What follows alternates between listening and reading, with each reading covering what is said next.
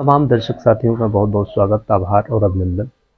साथियों, जैसा कि आप देख रहे हैं, ये गमले में एक गुड़हल का पौधा लगा हुआ है और इसकी जो पत्तियां हैं वो छोटी हो जा रही हैं और कुछ पत्तियां इसमें से सूख करके गिर भी गई हैं और जो कोमल टहनियां हैं वो भी सूख रही हैं। ये समस्या सिर्फ इस गमले में नहीं है, बल्कि बहुत से लोग अपने घरों पर गमलों में फूलों के साथ साथ अन्य शोभाकारी पौधे भी लगाते हैं और कुछ लोग फलों को भी अपने गमलों में लगाए हैं। कुछ लोग किचन गार्डन में अपने सब्जियां जैसे नेनुआ, लौकी, तरोई और साथ ही भिंडी आदि का भी जो है खेती करते हैं घर पर, और साथ ही कुछ लोग खेत में भी लगाते हैं। तो आज की जो समस्या है, इन सभी पौधों फूलों पर लगने वाले एक ऐसे कीट के बारे में हम बता रहे हैं, जिसके लगने की वजह से जो पौधे की पत्तियां हैं, जो डंठल हैं, जो फूल हैं, ये सूखने लगते हैं और एक स्थिति ऐसा आ जाता है कि पौधा बहुत ही कमज़ोर हो जाता है और जो पत्तियां हैं, जो फूल हैं, वो झड़ जाते हैं, फल नहीं प्राप्त हो पाते हैं, साथ ही सब्जियां नहीं मिल पाती हैं, फल नहीं बनते हैं। तो इसकी समस्या के निदान के लिए आज हमने ये वीडियो बनाया है और मुझे उम्मीद है कि ये वीडियो आप सबको अच्छा लगेगा। तो बहुत ध्यान से आप इस चीज़ को समझिए। आप देख रहे हैं ये जो गुड़हल का पौधा है, इसमें एक सफ़ेद सफ़ेद, ये यहाँ दिखाइए, दर्शकों को हमारे दिखाइए, ये एकदम सफ़ेद सफ़ेद से जो है इसमें ये फंगस की तरह कुछ दिख रहा है और बहुत से लोग इस फंगस को समझ नहीं पाते हैं कि ये दरअसल है क्या। आप दिखाइए दर्शकों को, ये दिखाइए, यहाँ पे है ऐसे। ये फंगस एक तरह का कीट है और इसको हम बोलते हैं मैंगो मीलीबग।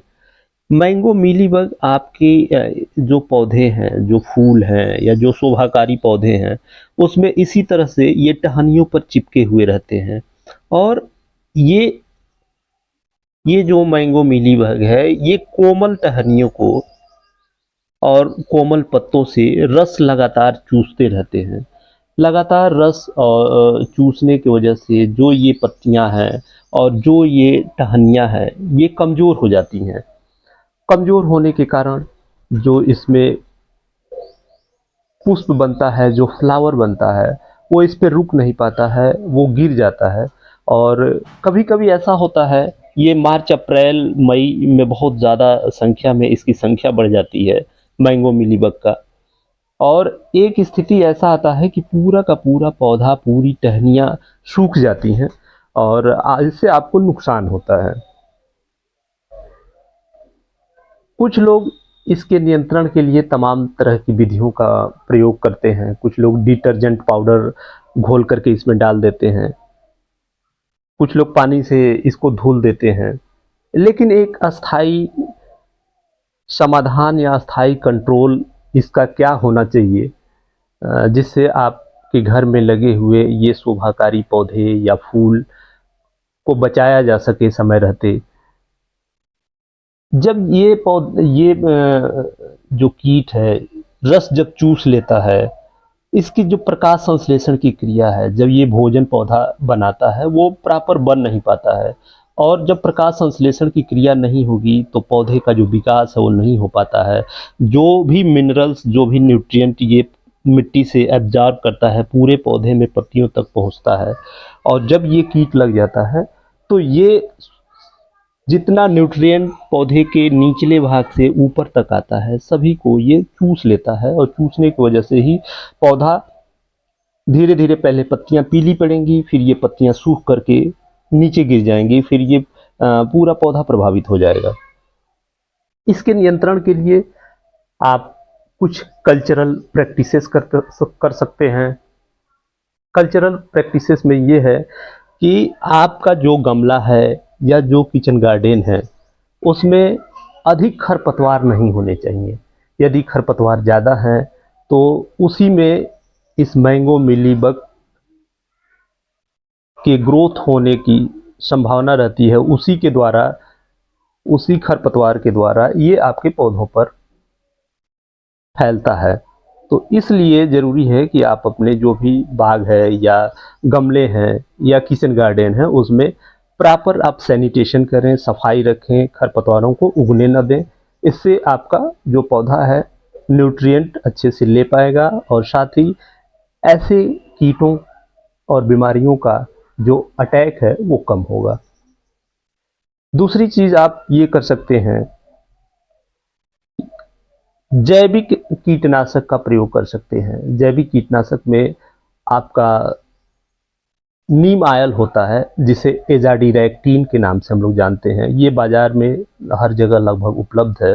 तो आप नीम आयल 2.5 से 3 ml मात्रा को प्रति 1 लीटर पानी में घोल करके आप चाहें तो पौधे के पूरे भाग को अच्छे से स्प्रे कर दीजिए। और जो नीचे के पत्ते हैं आप नाजिल उल्टा करके भी आप इधर से आप स्प्रे करें, जिससे पौधे के जो पिछले भाग पे इसके अंडे और जो बच्चे इसने दे रखे हैं वो भी इसके साथ धुल जाएं और ख़त्म हो जाएं। तो ये एक अस्थाई कंट्रोल होगा। यदि बाज़ार में नीम आयल नहीं मिलता है तो आप इसकी जगह पे एक कीटनाशक का प्रयोग कर सकते हैं, और वो कीटनाशक का नाम है इमिडाक्लोरोपीड 17.8 SL।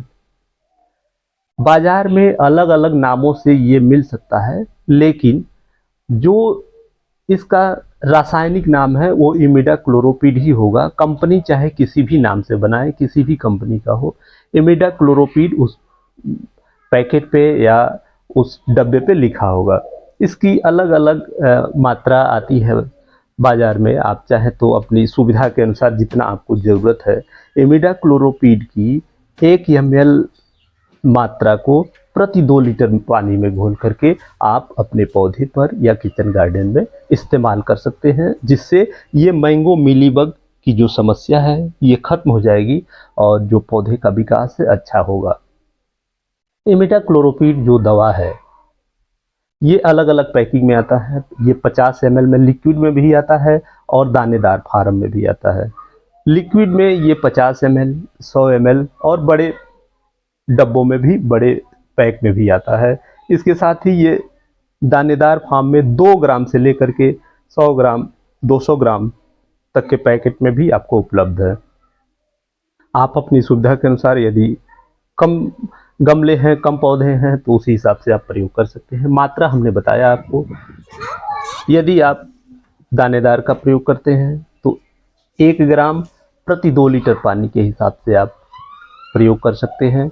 और यदि आप लिक्विड इमिडाक्लोरोपीड 17.8 SL दवा का प्रयोग करते हैं तो 1 ml मात्रा को प्रति 2 लीटर पानी में घोल करके आप यदि अच्छे से स्प्रे कर देते हैं तो ये जो आपका गुड़हल का पौधा है या किसी अन्य शोभाकारी पौधे को आपने लगाया है तो इसका कंट्रोल हो जाएगा, और जो आपका पौधा होगा स्वस्थ होगा, फूल और फलियां अच्छे खिलेंगे। मुझे उम्मीद है आज का ये वीडियो आप सबको पसंद आया होगा। वीडियो अच्छा लगा हो तो वीडियो को लाइक और चैनल को ज़रूर सब्सक्राइब करिए। मिलते हैं एक और नए वीडियो और टॉपिक के साथ। तब तक स्वस्थ रहिए और अपना ख्याल रखिए।